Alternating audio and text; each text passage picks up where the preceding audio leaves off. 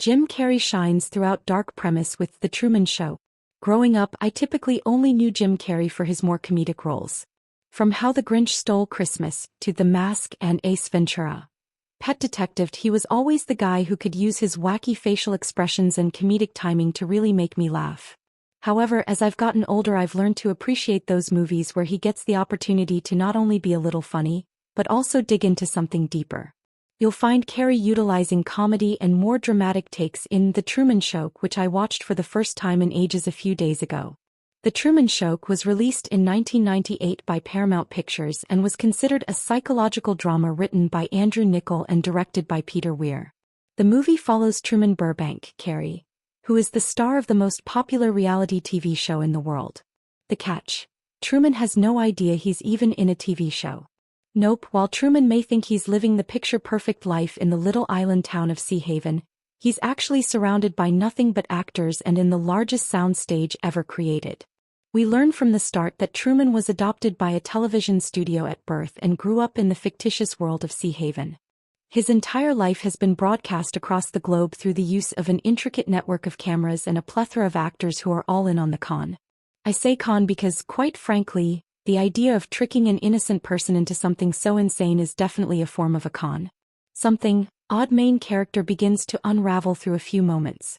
This includes a stage light falling from the sky, rain falling only on him while at the beach, and the radio in his car syncing up to the film crew which were documenting his movements.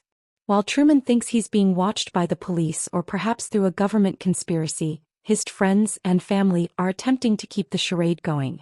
All while the show's creator, Christoph Ed Harris, keeps a watchful eye, or as much as he can, on his creation. Things continue to unravel, however, as Truman pushes the boundaries of the place he's called home and refuses to let those around him tell him he's imagining it. The original script for The Truman Show was a one-page film treatment called The Malcolm Show, which Niccol wrote in May 1991. At that time the story was based in New York, and Niccol stated, "I think everyone questions the authenticity of their lives at certain points. It's like when kids ask if they're adopted." The creation of this movie wasn't really that simple though. We felt the script needed lighter tones where Niccol kept them darker, leading to dozens of rewrites until they settled on what the script is today. I can't blame Niccol for being a bit dark with it. When you're leaning into the idea of your life being something fictitious, and that your actions may not entirely be your own due to some overarching force, it could get a bit dark. However, Carrey was the absolute perfect casting to satisfy both the writer and director's visions, I felt. He was able to bring his usual goofy charm into the mix while also not shying away from moments where you could truly see Truman's existentialism. He really provided the perfect balance to this. Sure, sometimes you were laughing a bit at him attempting to spook the townsfolk or going off script in a way to see what they'd do. But you also got to see him truly fray at the edges and go insane trying to understand what was happening to him. This was compounded as everyone in his life repeatedly told him he was fine, even though in his gut he knew it wasn't. I feel everyone can relate to that feeling at one point or another. I know I sure can. Carrey plays Truman's transformation from a typical suburban guy who dreams of fleeing to Fiji for a vacation, into a determined man set on escaping the trap he'd unknowingly been in his entire life. Outside of just Carrey's acting, The Truman Show really had a huge impact on our culture. Not only have many at the time said its use of surveillance was almost predicting the future, it also led to the discovery of a new syndrome.